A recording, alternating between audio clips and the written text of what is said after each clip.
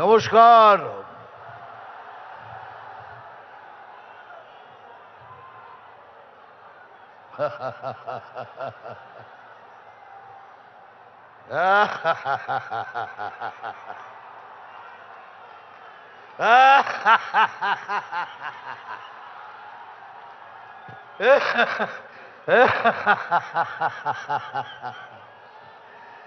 আপনারা ভাবছেন দাদা একটা কিছু বললো না, হাসছে কেন?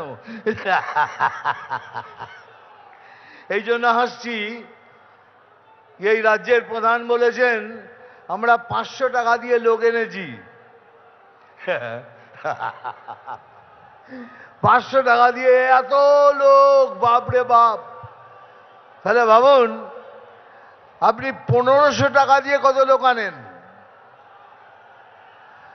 আমরা 500 টাকা দিয়ে লোক আনি, আপনার 1500 টাকায় লোক জমে না। এই জন্য এই ভাতা ওই শ্রী এইসব দিয়ে লোককে টুপি পরিয়ে এখানে নিয়ে আসেন। এই জন্য আসছি। আরো আসছি আরেকটা কারণে। উনি বলেছেন কি আমাদের গলায় দড়ি দিয়ে মরতে। আমি বললাম ঠিক আছে আমরা মরবো, আমরা গলায় দড়ি দিয়ে মরবো, কিন্তু আপনি কথা দিন আপনি রেল লাইনের মাথা দিয়ে দেবেন। আপনারা সবাই রেল লাইনে মাথা দেবেন, আমরা গলায় দড়ি লাগিয়ে ঝুলে পড়ব। এই জন্য আসছিলাম। এই ধর্ণা দিয়েছেন কিসের জন্য পড়ে জানলাম। একটা লোকের 389টা ছেলে মেয়ে, একজনের 389টা ছেলে মেয়ে, একজনের 310টা। উনি ধর্ণা দিয়েছেন তুই 400 করিসনি কেন? আমি এসআইআর নিয়ে লড়ছি, 389 থেকে 400 করিসনি কেন? কেন সুপ্রিম কোর্ট বলেছে এটা অসম্ভব, বৈজ্ঞানিকভাবে অসম্ভব। ইনি 389 জনের বাবা। তা আমি সেই বাবার সাথে দেখা করতে চাই, আমি ওনার পায়ে হাত দিতে চাই যে দাদা আপনি কি খান, আপনি একটু দয়া করে বলুন আপনি কি খান। একজনের 310টা ছেলে মেয়ে, আমি তার পায়ে হাত দিয়ে বলতে যাই দাদা আপনি কি খান। ওই তাদের জন্য উনি লড়ছেন, এটা ভাববেন না আপনাদের জন্য লড়ছে। ও 310 কেন 325 হয়নি, ওই জন্য লড়ছেন। সুপ্রিম কোর্ট বলেছে এটা অসম্ভব, বৈজ্ঞানিকভাবে এটা সম্ভব নয়। তাহলে 389টা যার ছেলে মেয়ে, একটা মৌজাতে তো 600 সিট থাকে, 600 ভোটার, ওই একজনই আমাদের হারিয়ে দেবে। ওই একজন 389টা ভোট দিয়ে আমরা হেরে যাব। আর এত হাসি পায় যখন উনি বলেন 1 মিনিটের মধ্যে তোদের কেটে শেষ করে দেবো। বলে আমি আছি বলিয়ে বাঙালি হিন্দুরা বেঁচে আছে, এই তো 1 মিনিটের মধ্যে সবাইকে জড়ো করে তোদের ফেলে দেবো। সেই জন্য খুব হাসি পাচ্ছে আমার। আপনি 1 সেকেন্ড এত সময় নিচ্ছেন, একটু বলুন না পুলিশকে নিরপেক্ষ হয়ে যেতে। 30 সেকেন্ডের মধ্যে খেলা শেষ করে দেবো।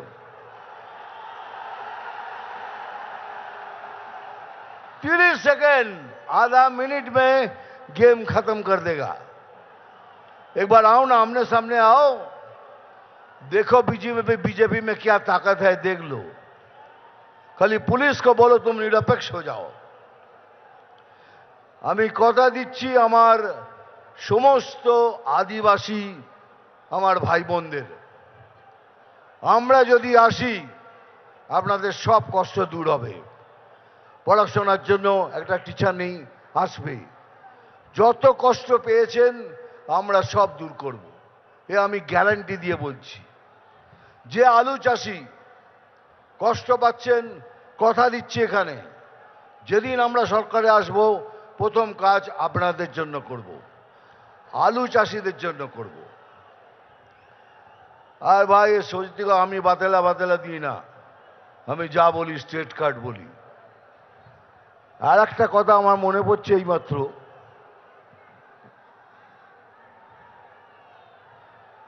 মানে যত ধরনের মিথ্যে কথা উনি বলেন, আমি বলি কি উনি 10 জন পলিটিশিয়ানের মধ্যে ভারতবর্ষের উনি একজন।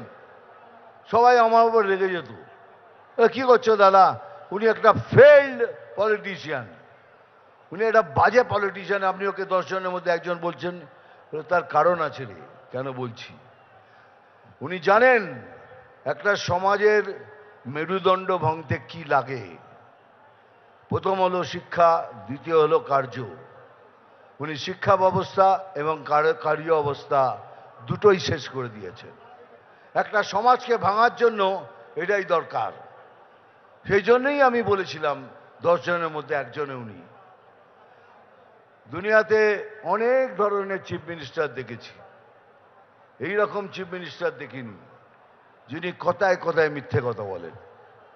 এত মিথ্যে বলেছেন যার মিথ্যে বলার সময় নেই। কারণ আপনাদের সূচনা দিচ্ছি, হাত ভেঙেছে, পা ভেঙেছে, এবার কিন্তু আরো কিছু ভাঙতে পারে, তার জন্য তৈরি থাকবেন। হয়তো চলে গেল আইসিইউতে, আর আইসিইউ থেকে বক্তৃতা দিচ্ছেন, আমার কি হবে। আইসিইউ থেকে বক্তৃতা দেওয়া যায়, উনি এমনভাবে ব্যবস্থা করবেন তাতে আইসিইউ থেকে বক্তৃতা দেওয়া যায়।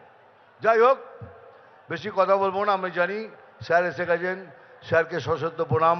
আমার এখানে যারা বসে আছেন তাদেরও প্রণাম। ডায়লগ তো বলতেই হবে, বলে নি, আবার বলবো, আমি জল ঢোড়াও নই, বেলে বোড়াও নই, আমি জাত গোখরো।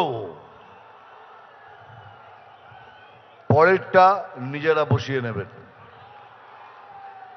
আরে এটা একটা সিনেমার ডায়লগ, এটা মনোরঞ্জন করার জন্য বলি। মারবো এখানে, তোরাই যখন বলিস তাহলে আমার দরকার কি বলার। নাম তুফান, বছরে 1-8 বার আসি, যখন আসি তখন প্রলয় ঘটে, আর যখন যাই নিজেকে যারা ভগবান মনে করে তারা তাদের অস্তিত্ব খুঁজে বেড়ায়। থ্যাংক ইউ ভেরি মাচ, ভালো থাকবেন, নমস্কার, জয় হিন্দ, বন্দে মাতরম।